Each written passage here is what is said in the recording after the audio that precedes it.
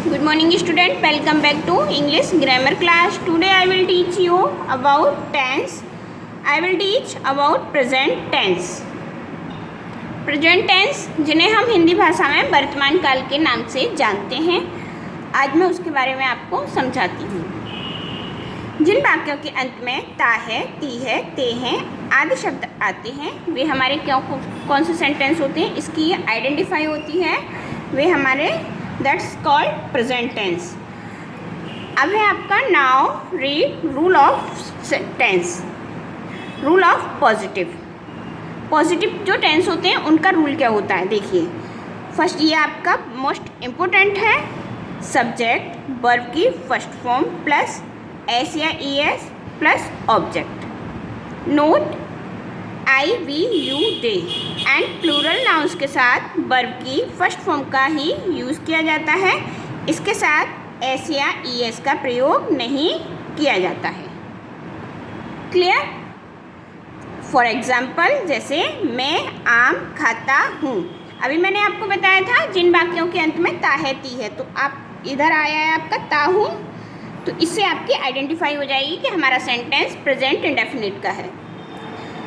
देखिए आई मैंने बताया था I we you they and plural के साथ एस या एस का यूज नहीं होता, तो आई ईट द मैंगो।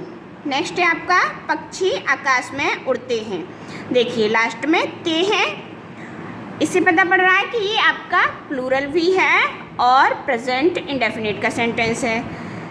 तो words fly in the sky, तो ये एस लग गया, ये आपका प्लूरल है, आपका सब्जेक्ट प्लूरल में है तो वर्ब की फर्स्ट फॉर्म का ही यूज होगा। नेक्स्ट एंड सेकंड है he she it and singular numbers के साथ वर्ब की फर्स्ट फॉर्म के साथ एस या ई एस का प्रयोग किया जाता है। फॉर एग्जाम्पल वह गाना गाती है।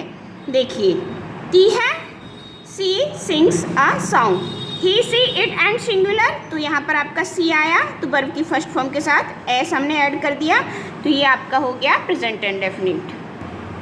नेक्स्ट है आपका राम घर जाता है। राम सिंगुलर है तो राम गोज टू होम। गो में एस या ई एस लगाया हुआ है, हमने ई एस ऐड किया है, ठीक है।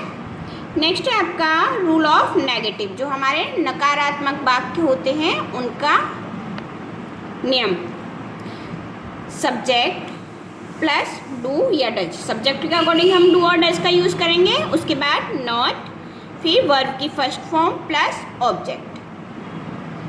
आई वी यू दे व प्लूरल नाउन के साथ डू का यूज़ किया जाता है, ही सी इट व सिंगुलर नाउन के साथ डज का यूज़ किया जाता है।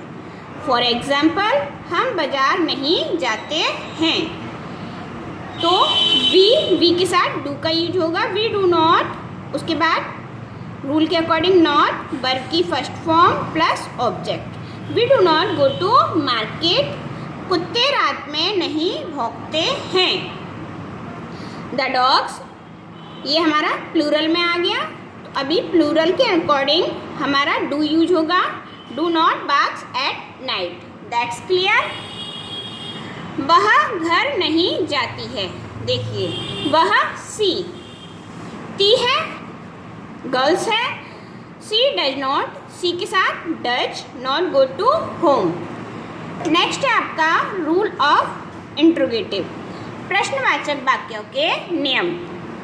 इसमें हमारे दो टाइप के होते हैं। फर्स्ट होता है सिंपल, जो हमारे क्या कब कहाँ से शुरू होते हैं, और सेकंड होता है डब्ल्यू एच टाइप, जिसमें क्या क्यों कब कहाँ वाक्य के बीच में आता है, तो उनकी स्पेलिंग पहले लगती है। फर्स्ट है आपका सिंपल टाइप पॉजिटिव।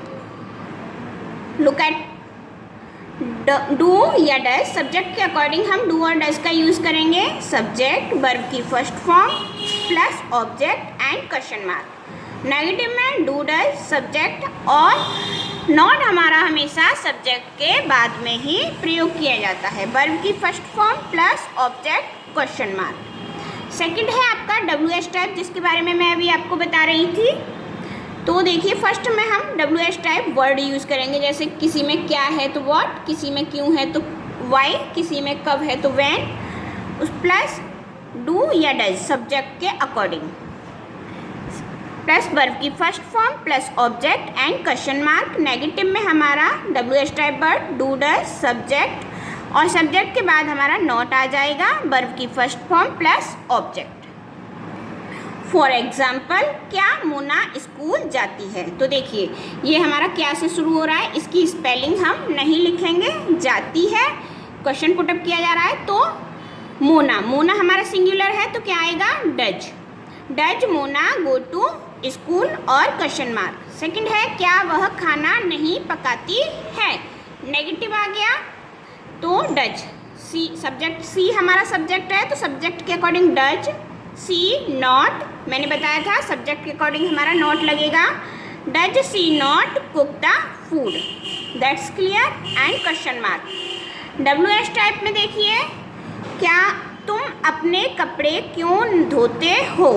तुम अपने कपड़े, अब देखिए हमारा क्वेश्चन क्यों कहाँ आया, इसमें बीच में आया है तो इसकी स्पेलिंग लगेगी, why do you wash your clothes?